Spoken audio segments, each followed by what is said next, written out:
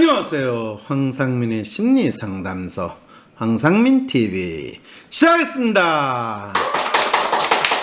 네, 좋은 대통령이 나쁜 대통령이 된다. 이 참 저주같은 저런 제목의 책을 쓴 인간 진짜 이 좋은 교수가 나쁜 교수가 된다. 아니다. 좋은 교수가 잘린 교수가 된다. 이런 거를 잘린 교수도 좋은 심리학자가 되는 거 아니겠습니까?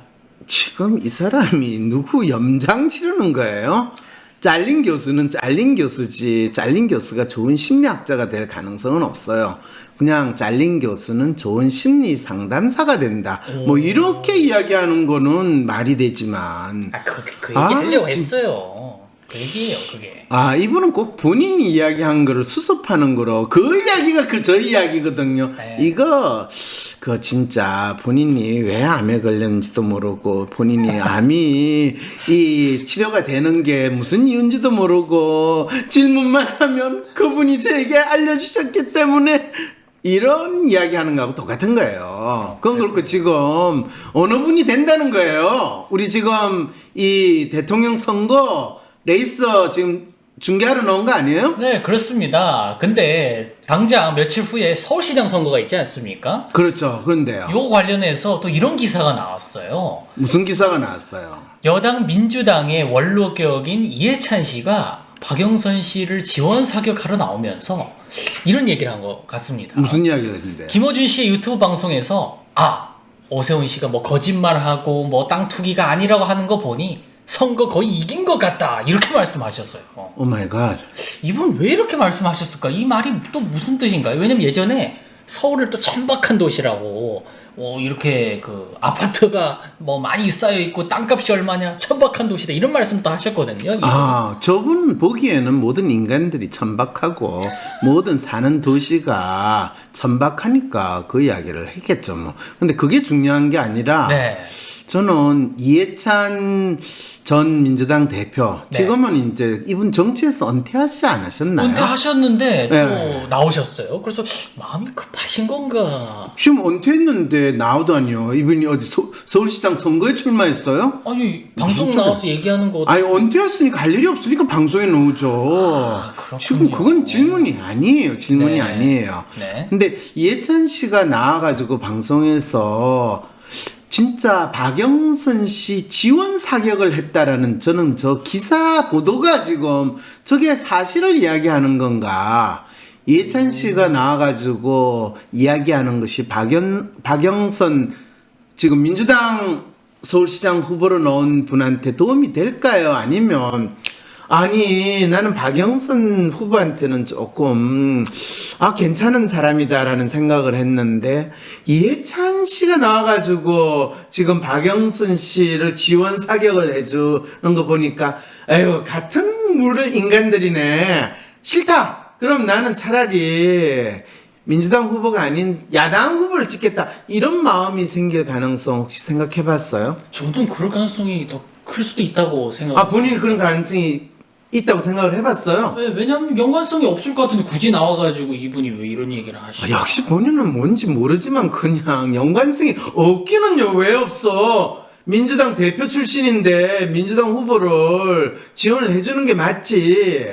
그런데 문제는 본인이 지원해주는 게 같은 당 소속이라고 하더라도 일반 특히 이번 서울시장 선거에서 가장 중요한 거는 중도파라고 이야기하는 특정한 정당을 지지하지 않는 분들한테 이 이해찬 씨의 이 지원 사격은 과연 아군에 대한 지원 사격인가, 적군에 대한 공격인가, 이거를 이해찬 씨가 알까라는 생각이 든다는 거예요. 왜 그러냐면, 이해찬 씨의 대중적인 이미지, 네.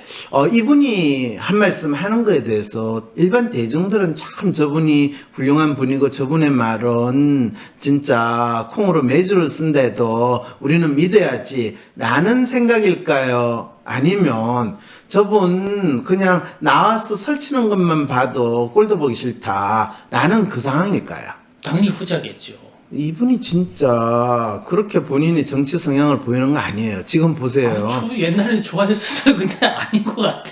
아무리 아니 봐도. 본인이 옛날에는 이해찬 씨를 좋아했는데 지금은 아니게 된 이유가 뭐라고 본인은 생각해요? 뭐 좋은 대통령이 나쁜 대통령 된 것처럼 큰 좋은 소리는 국무총리가 나쁜 국무총리 됐다 이런 생각 때문이에요? 큰 소리는 치시는데 결국 성과가 없는 거 보고 실망을 한 거죠. 아 그럼 뭐 대한민국 정치인 중에서 실망 안 할 사람이 누가 있겠어요? 그럼 그렇지. 기본적으로 대한민국 정치인들은 큰 소리만 치고 나중에 보면 지 먹을 국리만 했는데 그거의 대표적인 사람으로 이해찬 씨를 생각을 사람들이 한다면 보통 네. 대학에 있는 사람들 또 옛날에 이해찬 씨 교육부 장관 할 때 생각하고 있거든요.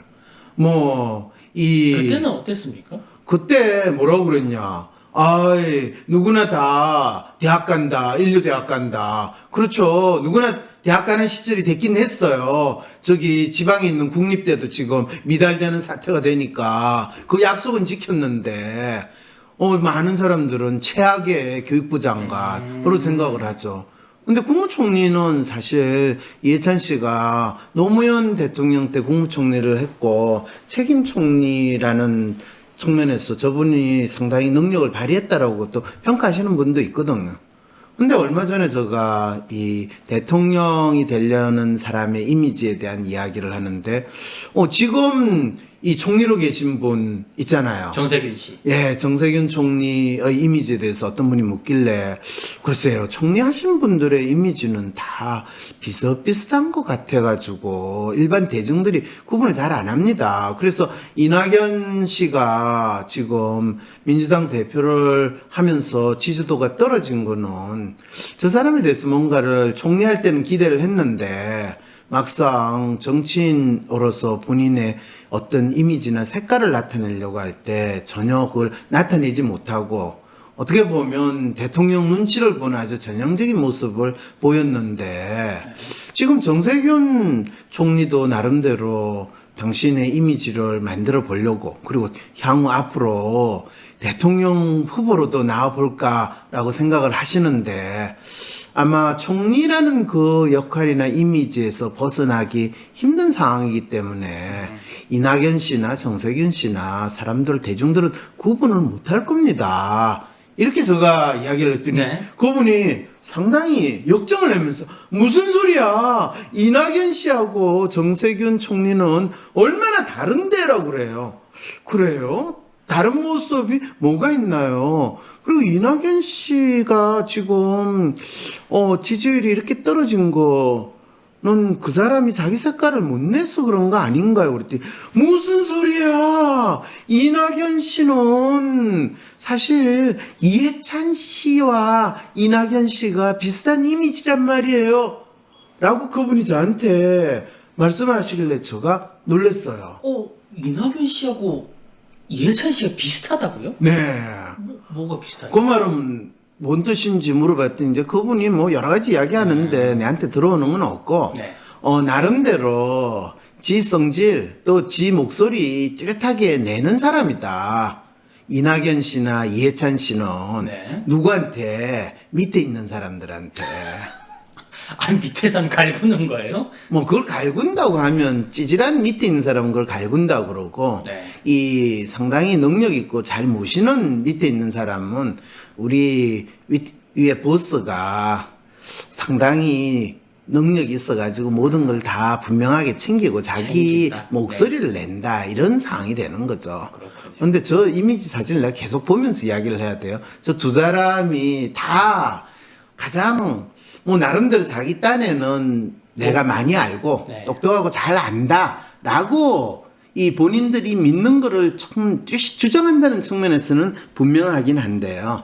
실제로 더 저분들에 대해서는 저분들이 대중들의 심리 네. 또 일반 사람들이 원하는 거 그것에 대해서 자기들 딴에는 너희들은 뭘 알아 그냥 내 말을 따라 라고 하는 것이 훨씬 더 강한 데다가 특히 이해찬 씨 같은 경우에는 본인이 정치적인 감각이나 정치 경험이나 또 나름대로의 본인의 생각이 충분히 있다고 생각하기 때문에 실제로 자기 생각과 다른 사람들에 대해서 거의 인정하지 않는 상황이 벌어지는 거예요.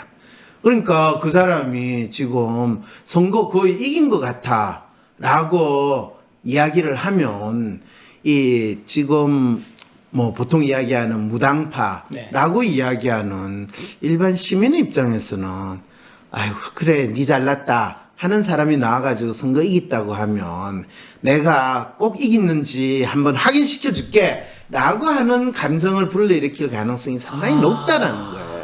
역감정을 일으킬 수 있다. 그럼요. 지난번 이 선거할 때 나경원 씨가 네. 이 동작구에서 떨어졌어요. 그렇습니다. 뭐 실제로 거의 알려지지 않은 물론 판사 출신의 여자 후보였긴 했지만은 신인이죠. 그렇죠. 그런데 3선 이상의 경력이 있는 나경원 씨가 떨어진 이유는 뭐냐? 네. 그때 사전에 그 지역 구민들의 나경원 씨의 이미지에 대한 조사를 해봤더니 어떤 이미지가 되시 나왔냐면 밉상이다. 똑똑하고 잘났고 이쁜 거는 아는데 뭐 능력도 있다. 근데 뭔지 모르게 주는 거 없이 받는 거 없이 밉상이다라는 느낌이 드니까 그러면 이미지가 없는 비슷한 사람 누구를 내놔도 이긴다. 라는 전략적인 판단이 나와가지고 그래서 비슷한 경력을 가진 비슷한 사람을 낸 게 이수진 씨가 돼버린 거죠. 그러니까 지금 이해찬 씨가 박영선 씨 지원 사격하면서 선거에 거의 이긴 것 같으면 이번 선거는 사실 보궐선거인데 왜 이 선거를 하게 됐어요? 문재인 대통령이 너무 정치를 잘해가지고 우리가 좀 더 문재인 대통령을 지지하기 위해서 지금 이 선거 하는 거예요? 아니면 박영선 씨가 이번 서울시장 나와가지고 서울시장 꼭 된 다음에 대통령 후보로 나가기 위해서 새로운 여성 대통령을 만들기 위해서 지금 이 선거하는 거예요? 그것도 아닌 상황에 특별히 박영선이라고 쓰고 박원순이라고 읽는다라고 하는 진중권 이야기 뭐냐?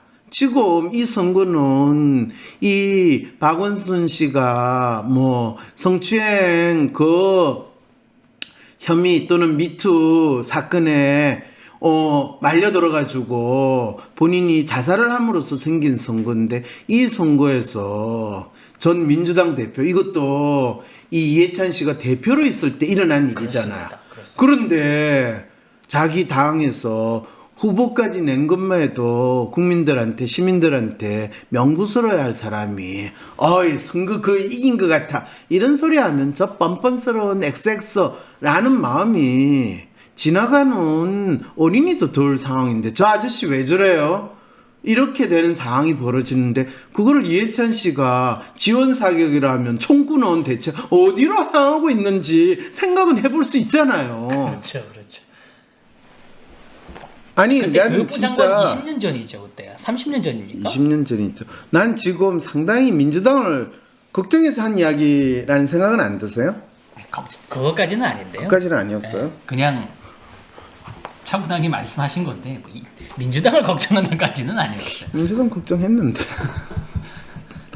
안타깝게 박영수 씨가 이해찬 씨가 저 말만 안 했어도 이겼을 것 같은데 요거 때문에 한 5%는 왔다 갔다 하지 않겠습니까?